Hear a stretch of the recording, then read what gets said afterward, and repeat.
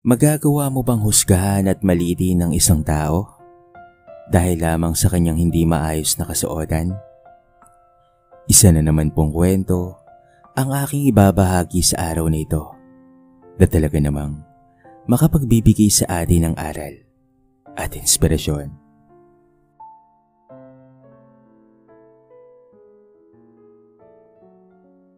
Mainit ang araw sa Makati.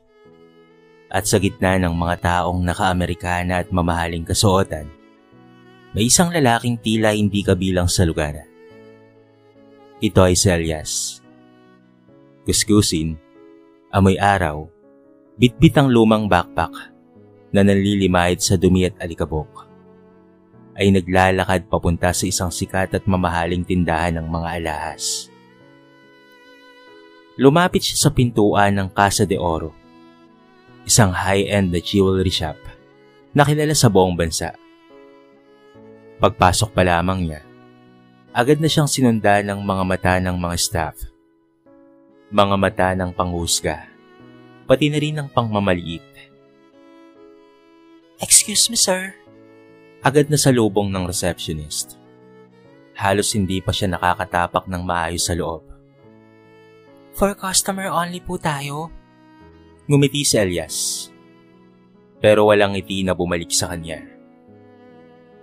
"Gusto ko lang sanang tumingin ng singsing. Pangregalo po sana." Napatingin ang receptionist sa kasama niya, sabay kindat dito. Isang babaeng staff ang napailing, sabay bulong. "Nako, baka magnanakaw pa yan. Tignan mo nga ang itsura oh." Hindi siya pinansin ni Elias. Tahimik siyang lumapit sa isang display na puno ng mga kumikinang na gintong alahas. May isang singsing doon. Simple pero elegante. Ganitong klase ang nais niyang ibigay noon pa man. Pero huli na. Wala na ang taong nais niyang regaluhan. Sir, hindi po ito kayo kaya. Kung hindi po kayo bibili, baka pwedeng sa labas na lang po tayo." Malamig na sambit ng guard na lumapit na rin sa kanya. Dama ni Elias ang mga matang nanunuya. Ramdam niya ang init ng kanilang panghusga, ngunit hindi siya umalis. Sa halip, lumingon siya sa receptionist at marahang bumuntong hininga. "Hindi ba pwedeng tumingin kahit sandali?" Ngunit sa halip na sagot, isang sales lady ang biglang lumapit, dala ang tray ng singsing. "Ano po bang hanap nyo? Baka gusto nyong magsukat?" Sarkastikong tanong nito. Isang singsing sana na may emerald. Yung bagay sa babaeng mabait at matalino. Yung babaeng kahit kailan ay hindi ko malilimutan." Napangiti ang sales lady, ngiting may halong pang-asar. "Sir, alam niyo po ba kung magkano ang singsing na yan? $500,000 po yan." Tahimik lamang si Elias. Kinuha niya ang kanyang lumang backpack. Inilapag ito sa isang upuan at dahan-dahang binuksan. Isang katahimikan ang bumalot sa buong tindahan. Mula sa loob ng lumang bag, sa isang inilabas na Elias ang makakapal na bungkos ng mga tig-1,000 piso. Malulutong pa ang mga ito. Nakaipit pa sa mga resibo ng bangko. Ilan sa mga staff ay natigilan. Ang receptionist ay napamulagat. "Gusto ko lang talagang bumili," ani ni Elias, habang inilalapag ang pera sa mesa. "Hindi naman siguro kasalanan kung gusgusin ang damit ko, hindi ba?" Biglang naging abala ang mga staff. Ang sales lady na kanina ay nangaasar, ngayon ay abalang inaayos ang display. "Sir, pasensya na po kanina ha. Anong size po ba ng daliri ang pagbibigay nyo? May mga bago po kaming design na baka magustuhan nyo po." Ngunit tumingin lamang si Elias sa singsing na may emerald. "Ito lang, kasi ito ang gusto niya dati. Pero hindi ko agad nabili. Kasi..." Huminto siya ng pagsasalita. Parang may humigpit sa dibdib niya. Hindi ko siya naabutan. Napatahimik ang lahat. "Sir?" Mahinang sambit ng isang receptionist. "Okay lang po ba kayo?" Napayuko si Elias. Sa dami ng pera sa harapan niya, sa mamahaling alas sa paligid, tila siya pa rin ang pinakamahirap sa buong lugar. Hindi sa panlabas, kung hindi sa puso. Alam niyo bang dati, tinanong ko minsan ng Diyos, bakit ba ako isinilang kung wala rin naman akong halaga? Napatingin ang mga tao sa kanya. Hindi na mata ng panghusga, kung hindi pag-uusisa. Pero sa kabila ng lahat, may isang taong naniwala sa akin. Siya ang nagbigay ng dahilan para bumangon ako.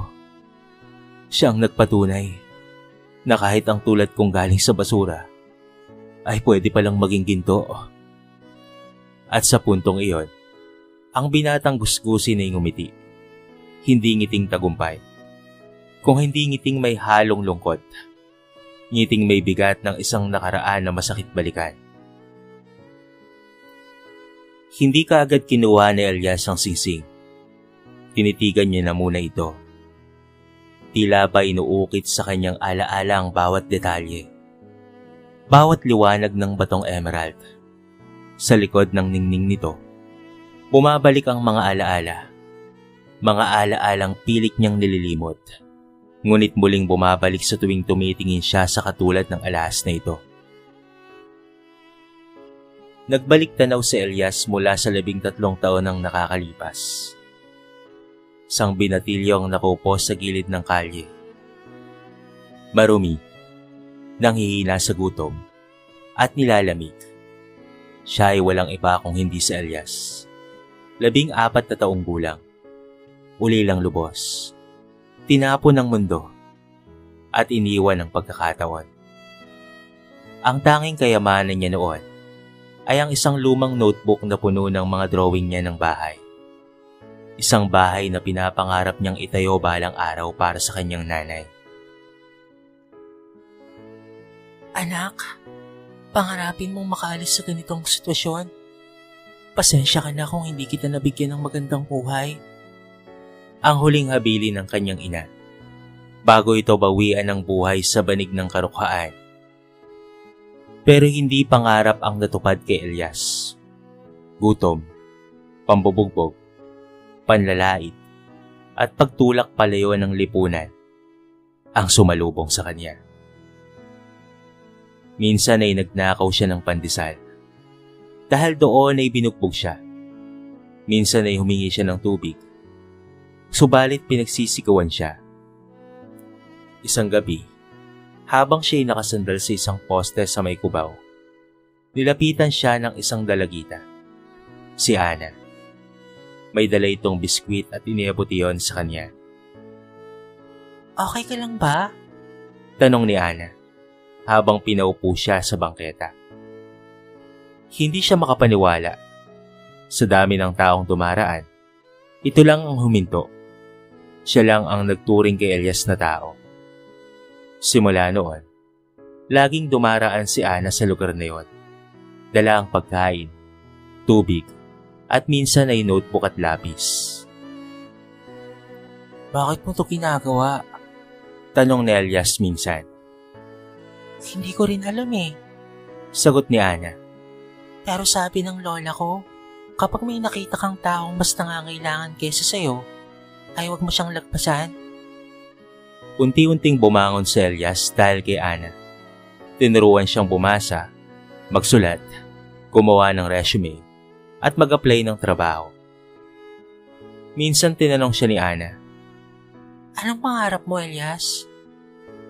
gusto kong magkaroon ng sariling negosyo, yung kahit isang karinderya lang. Tapos gusto ko ring balikan lahat ng mga nagmaliit sa akin. Hindi para gumante, kung hindi para sabihin sa kanilang hindi lang sa itsura na susukat ang pagkatao ng isang tao. Ngunit tulad ng maraming magandang bagay sa mundo, ay meron ding katapusan. Isang araw, hindi na dumaan si Ana.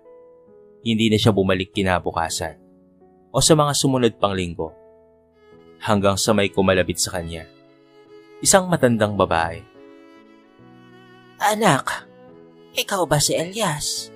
Yung tinutulungan ng apo kong si Ana. Tumango naman si Elias. Pasensya ka na anak. Si Ana, na-aksidente. Hindi na siya umabot sa ospital. Para siyang pinagbagsakan ng langit at lupa. Walang huling paalam. Walang huling yakap. Walang huling ngiti. Pero may iniwang liham si Ana. Huling mensahe ng babaeng nagbigay sa kanya ng pag-asa. Elias, kung binabasa mo to, baka wala na ako. Pero gusto kong ipangako mong hindi ka titigil ha. Na balang araw, makikita ka nilang lahat na hindi lang ang itsura mong may halaga. Kung hindi ang buong pagkatao mo, pangarapin mong mataas. Kahit pa ang paa mo'y nasa putikan. Nagmamahal, Ana. Bumalik na nga si Elias sa kasalukuyan mula sa kanyang pagbabalik tanaw. Pinunasan na Elias ang luha sa gilid ng kanyang mga mata habang ang mga staff ng tindahan ay tahimik lamang na nakikinig. Pagkatapos ay kinuha niya ang emerald ring. Ito ang singsing na bala kong ibigay sa kanya noong bala ko pa siyang ligawan. Sir, Bulong ng manager ng tindahan. mahal po talaga ang singsing na yan. Pero kung gusto niyo po, pwede namin kayong bigyan ng discount at may libreng engraving po. Baka gusto niyo pong ipaukit ang pangalan niya. Ngumiti si Elias. Pwede bang ganito na lang ang ipalagay? Sabay abot ng maliit na papel. Pinasa ng engraver ang sulat. Sa babaeng hindi lang nagturo sa akin magmahal, kung hindi binuhay akong muli. Matapos bayaran ng singsing na may emerald na alay kay Ana, nilisan na nga ni Elias ang tindahan. Naiwan sa loob ang mga taong tila hindi pa rin makapaniwala sa mga nasaksiyan nila. Ang lalaking kanina lamang ay gusgusin at pinagtatawanan. Ngayon naging larawan ng isang taong hindi kailanman dapat hinuhusgahan. Habang naglalakad si Elias sa kahabaan ng Ayala Avenue, hindi niya maiwasang mapangiti ng mapait. Sa bawat hakbang, bawat kalansing ng singsing sa loob ng kahon, ramdam niyang may kasamang mga paalala mula sa kahapon. Sa ilalim ng maruming damit at alikabok sa muka, ay may isang pusong dumaan sa apoy at lumaban. 10 taon na ang nakalipas. Matapos mawala si Ana, nangako si Elias sa sariling hindi siya titigil. Namasukan siya bilang isang construction worker, kargador sa palengke, at minsan kahit tagaugas ng pinggan sa mga karinderya. Lahat ng kita niya noon ay iniipon niya. Nagbukas siya ng maliit na tindahan ng gulay. Lumaki ito bilang isang sari-sari store. Nagtayo siya ng maliit na karinderya. Isang araw, naisipan niyang magbenta ng bottled chili oil. Simpleng produkto, pero matindi ang tama. Tinawag niya itong Ana's Fire. Sa unang buwan, 10 bote na ang naibenta niya. Sa loob ng 2 taon, naging daan-daan ang bote kada linggo. Hanggang sa makilala siya ng isang food distributor. Gusto mo bang i-franchise to? Tanong ng negosyanteng yon. At mula nga noon, nagbago na ang takbo ng buhay niya. Mula sa barong-barong, lumipas siya sa maliit na kondo. Sa halip na balde ang ginagamit niyang panghalo ng chili oil, ay nagkaroon na siya ng sariling planta. Mula sa dating kariton, ngayon ay naging cargo van. Mula sa kanya lang, naging dandan ngayon ng mga empleyado. Sa edad na 20 ay naging CEO siya ng Fire of Hope Incorporation. Isang kumpanyang hindi lang nagbebenta ng produkto, kung hindi nagtataguyod ng mga katulad niyang galing sa lansangan. Muli siyang nagbalik sa kasalukuyan. Isang araw, muling bumisita si Elias sa iisang lugar kung saan dati siyang natutulog. Sa ilalim ng waiting shed sa Cubao. Sa parehong lugar kung saan siya unang kinausap ni Ana. May dalang pagkain si Elias, may dalang tubig, at isang maliit na notebook. May nakaupo roon na isang batang lalaki. Marumi, at tila gutom na gutom at pagal. Anong pangalan mo, iho? Tanong ni Elias. Junjun po. Mahina nitong sagot. Gusto mo bang magbasa? Marunong ka ba? Umiling ang bata. Kinuha ni Elias ang notebook. Sige, tuturuan kita. Pero bago yan, sabay abot ng sandwich at tubig. Kain ka muna ha. Napangiti ang bata. Doon ay muling nakita ni Elias ang kanyang dating sarili. Isang linggo ang lumipas. Nagdesisyon si Elias na gumawa ng foundation na magtuturo sa mga batang lansangan. Tinawag niya itong Project Ana. Isang proyektong magbibigay ng edukasyon, pagkain, at tirahan sa mga batang walang tahanan. Hindi ako bayani dito, aniya sa isang interview. Sila nga akong taong minsay, pinulot sa lansangan. Ang totoo, may isang babaeng nagligtas sa akin. Siya ang totoong dahilan kung bakit ako buhay ngayon. Naging viral ang interview. Ang larawan ng isang gusgusing lalaki na tinaboy sa isang jewelry store. Ngayon ay tampok na sa mga magazine. Bilang isa sa mga pinakamagagaling na young entrepreneurs sa bansa. Isang araw sa parehong jewelry shop, bumalik si Elias. Pero ngayon, suot niya na ang simpleng suit. Hindi designer brand, pero malinis at elegante. Sa kanyang tabi ay isang bata. Ito ay si Junjun.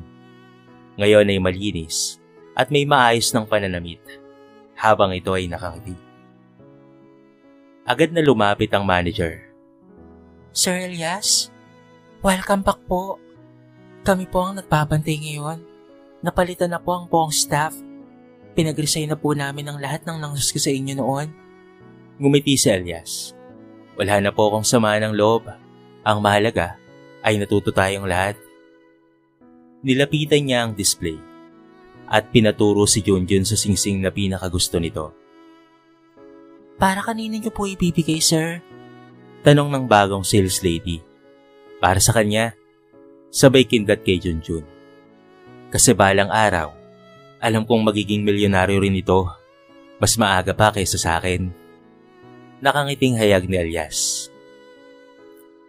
Maraming ang humanga kay Elias sa kanyang pag-angat. Pero kakaunti lang ang nakakaalam ng kanyang tunay na pinagdaanan. Nang bawat gabi ng gutom, ng pagkabasag ng loob, at ng mga panahong halos mawala na siya ng pag-asa. Dahil sa likod ng bawat tagumpay, may luhang hindi nakikita ng mundo. Muli na naman siyang nagbalik tanaw. 3 taon noon matapos pumanaw si Ana. Tumira si Elias sa isang apantunadong gusali sa May Pasay. Isang gabi, habang bumabagyo, ay gumuho ang isang bahagi ng bubong. Nabagsakan siya ng yero. Duguan siyang naglalakad sa daan. Walang makuwang tulong sa kahit na kanino. Nakatayo siya sa tapat ng isang 24 oras na klinik. Nanginginig dahil sa lakas at lamig ng ulan. Wala po kaming panggamot, sabi ng nurse sa kanya, matapos makita ang damit at ang anyo niya. Naglakad siya papalayo, duguan at nanginginig. Umupo sa ilalim ng overpass. Akala niya yun na ang katapusan niya. Hanggang sa may lumapit sa kanyang matandang lalaki. Hindi ito nagsabi ng pangalan, ni hindi rin nagtanong. Basta't iniabot lang sa kanya ang tuwalya at kasabay ng mainit na sabaw sa may plastic cup. Wala kang ibang aasahan, iho, kung hindi ang sarili mo lang. Pero wag mong hayaang mawala ang puso mo, sabi ng matanda. Kinabukasan ay nagising siyang may nakalagay na 500 sa tabi niya. Ang sabaw, ang tuwalya, at ang perang iyon. Yun ang naging simula ng kanyang bagong lakas. Mula noon, sinimulan niya ang tinatawag niyang Invisible Angels List. Isang listahan ng mga taong kahit isang beses lang ay naging ilaw sa dilim ng buhay niya. Hindi man niya sila lahat makilala, pero bawat isa sa kanila ay nakaukit sa kanyang puso. Pagkaraan ng 5 taon sa kanyang pagbabalik tanaw, si Elias ay nagkaroon ng 2 planta, 3 opisina, at isang team na binuo ng daan-daang empleyado. Kalahati sa kanila ay ang dating palaboy na katulad niya. Tuwing linggo ay bumibisita siya sa mga lansangan. Dala ang mobile van ng Project Ana para mamigay ng mga pagkain, magbigay ng libreng check-up at magturo ng basic education. Isa sa mga batang madalas niyang matulungan ay si Lara. Isang 10 taong gulang na ulilari, matalino, masayahin, pero sa mata nito ay mayroong lungkot na pamilyar sa kanya. Kuya Elias, Minsang tanong ni Lara. paano po ba maging katulad nyo? Napangiti si Elias. Masakit, mahirap, pero posible. Ang sikreto, huwag kang bibitaw. Kahit pa masira ka, ay huwag kang bibitaw. Kahit pa apakapakan ka ng ibang tao. Dahil minsan, ang ginto, bago mo makita ang kintab, kailangang dumaan muna sa apoy.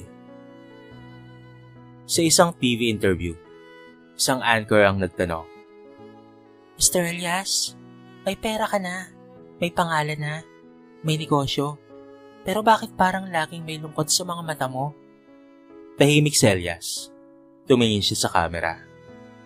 Alam mo, sa bawat tagumpay ay mayroong kapalit.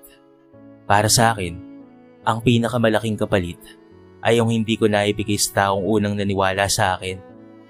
Huminga siya ng malalim. Ang buhay ay hindi paligsahan kung sino ang pinakamayaman. Para sa akin, ang tunay na yaman ay yung kakayahang magbago ng buhay ng iba. Kaya kahit milyonaryo na ako, hindi pa rin ako tumitikil.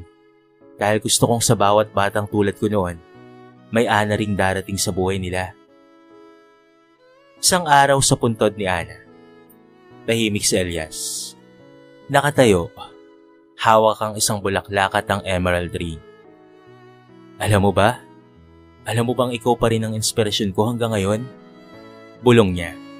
Itong singsing na to, para ito sa'yo. Huli man at hindi naabot. Gusto ko pa rin sabihin na para sa ito at maraming salamat. Inilagay niya ang singsing sa ibabaw ng nicho at doon sa gitna ng katahimikan, umiyak si Elias, hindi na bilang isang binatang gusgusin, kung hindi bilang isang taong nagtagumpay, pero hindi nakalimot. Makalipas ang 1 buwan mula nang dalawin ni Elias ang puntod ni Ana, tumanggap siya ng imbitasyon mula sa isang prestiyosong universidad. Inspirational Leader of the Year. Ipagkakalob sa kanyang parangal bilang pagkilala sa kanyang kontribusyon sa lipunan. Hindi lang bilang isang negosyante, kung hindi bilang isang huwarang Pilipino. Ngunit sa kabila ng karangalang ito, mas pinili niyang magsuot ng simpleng polo at pantalon. Sa bulsa ng kanyang lumang jacket ay naroon pa rin ang lumang notebook, ang pangarap niya at ng kanyang ina, at ang mga drawing na ginawa niya kasama si Ana. Pagdating niya sa universidad, sinalubong siya ng palakpakan. Ang dating binatang tinatapoy sa kalsada, ngayon pinagkakaguluhan at hinahangaan. Umakyat siya ng entablado. Tumahimik ang lahat. Magandang gabi po sa inyong lahat. Panimula niya. Dahan-dahan ang bawat salita. Maraming salamat po sa parangal na ito. Pero hayaan niyong ikwento ko sa inyo ang tunay na sukatan ng kayamanan. Naglabas siya ng larawan, isang luma at kupas na litrato ni Ana at ng kanyang ina. Sinulyapan niya na muna ito ng ilang segundo bago nagpatuloy. Ang unang kayamanan ko ay ang pagmamahal. Yung pagmamahal ng isang ina na kahit mamatay sa hirap ay siniksik sa utak ng anak niya na anak, may pag-asa pa. Pangalawa ay tiwala. Tiwala ng isang estrangherong babae. Sa kabila ng dumi ko sa katawan, pinili pa rin makita ang puso ko. At ang pangatlo, pananampalataya. Hindi sa reliyon, kung hindi sa sarili. Kasi walang ibang lalaban para sa'yo, kung hindi ikaw lang rin. At panghuli ay ang tunay na paniniwala sa Diyos. Tumahimik siya sandali. Pero ang pinakamasakit sa lahat ay ang pag-abot ng mga pangarap na hindi mo maibabahagi sa mga taong naging dahilan kung bakit ka nangarap at kung bakit ka nagsimula. Makalipas ang ilang araw, nagtungo si Elias sa isang liblib na baryo sa Nueva Ecija. Nabalitaan niyang doon na nakatira ang matandang lalaki na minsang tumulong sa kanya. Hindi siya sigurado kung ito nga yun. Pero may matandang vendor sa gilid ng kalsada. Nagbebenta ito ng tinapa at salabat. Manong, tanong ni Elias, naalala niyo po ba yung batang duguan na binigyan niyo ng sabaw sa may Pasay noon? Napatahimik ang matanda at umiling. Pasensya ka na, iho. Marami na akong tinulungan noon, kaya hindi ko na maalala. Hindi ko na maalalang lahat. Pero sa Elias, ay natatandaan niya pa ang mukha ng matandang iyon. Matagal na panahon man ang lumipas. Ngumiti si Elias. Pero ako, Manong, hindi ko kayo makakalimutan. Inayabot niya ang isang sobre. Nagtaka naman ang matanda. Para saan to? Para sa inyo po. Gusto ko po kayong bigyan ng munting tindahan. Gusto ko po kayong mabigyan ng komportabling buhay. Napaluha ang matanda. Nako, hindi ko ito inaasahan. Noong mga panahong pong walang tumulong sa akin, kayo po ang naging anghel ko. Kayo ang dahilan kung bakit nabuhay pa ako kinabukasan. Yumakap ang matanda kay Elias, sabay higbi. Maraming salamat sa iyo, iho. Ilang linggo pa ang lumipas. Sa bagong headquarters ng Fire of Hope Incorporation, may malaking tarpaulin sa labas. Hindi nasusukat sa kasuotan ang halaga ng isang tao. Nakasulat sa tarpaulin. Ito na ang bagong kampanya ni Elias. Pumupunta sila sa iba't ibang lugar upang magbigay ng makeover, seminar, at pati na rin business training sa mga street vendors at pati na rin sa mga informal workers. Kasama niya si Junjun, na ngayon ay isa ng scholar ng foundation. Kuya Elias, bulong ni Junjun, habang naglalakad sila sa isang outreach event. Bakit po ginagawa to kahit pagod ka na? Dahil hindi mo kailangang maging milyonaryo para tumulong. Pero dahil naging milyonaryo ako, mas marami akong pwedeng maabot at ayokong masayang ang pagkakataong yon. Sa huling bahagi ng taon, naglabas ng libro si Elias, Kuskusing CEO, at ang isang singsing. Ito ay kwento ng kanyang buhay. Sa loob nito'y buong-buo ang kwento niya. Ang kahirapan, ang panlalait, ang pagkamatay ni Ana, ang mga taong tumulong sa kanya, at ang kanyang ina, maging ang kanyang tagumpay. Sa huling pahina ay nakasulat doon ang mga salitang, kung ikaw ay nasa putikan ngayon, hindi ibig sabihin ay doon ka na mananatili. Pwede kang tumayo, pwede kang mangarap, at oo, pwede kang magtagumpay. Hindi kailangan ng mamahaling sapatos para makarating sa tuktok. Ang kailangan ay matatag na loob at pusong hindi sumusuko. Lumipas ang mga taon at ang pangalan ni Elias ay hindi na lamang bastang pangalan ng isang CEO. Isa na siyang simbolo ng pag-asa ng pagbabago. Mula sa mga eskinita hanggang sa mga boardroom, binago niya ang pananaw ng lipunan patungkol sa gusgusin. Isang gabi sa bayang punan ng Project Ana, tahimik si Elias habang pinagmamasdan ng mga batang natutulog. Naroon si Junjun, si Lara, at ang daan-daan pang mga batang parang siya noon. May sugat sa nakaraan, pero may ningning pa rin sa mga mata. Sa kanyang tabi ay ang matandang direktor ng foundation. Elias, anong iniisip mo? Tanong nito. Iniisip ko lang po, kung sakaling nandito po si Ana ngayon, matutuwa kaya siya? Ngumiti ang matanda kay Elias. Elias, sa bawat batang natutulog na may ngiti sa labi, bawat batang may libro at pangarap ngayon, yan ang sagot. sa iyong katanungan. Sigurado akong matutuwa siya. Napaluha si Elias, hindi dahil sa lungkot, kung hindi dahil sa dami ng biyayang hindi niya akalaing darating sa kanya. Makaraan ng 1 taon, ipinatawag si Elias para tumanggap ng gawad bayani ng bayan. Ang pinakamataas na parangal mula sa pamahalaan para sa kanyang kontribusyon sa edukasyon, kabuhayan at pagbabago panlipunan. Habang umaakit siya ng entablado, suot niya muli ang lumang jacket. Ito ang simbolo ng kanyang pinagmulan. Dahil doon ay marami ang nagtaka, ngunit sa kanyang talumpati ay pinaliwanag niya. Ang jacket na ito ay ang suot ko noong una akong tinaboy sa jewelry store. Dito sa bulsa nito, dito ko tinago ang notebook naming mag-ina. Dito rin ako unang tinanong ni Ana kung ano ang pangarap ko, at dito ko rin nilagay ang unang kita ko mula sa pagtitinda ng chili oil. Tumingin siya sa libo-libong tao. Lahat tayo may kanya-kanyang laban sa buhay. Pero tandaan nyo, bawat luha ay may laman.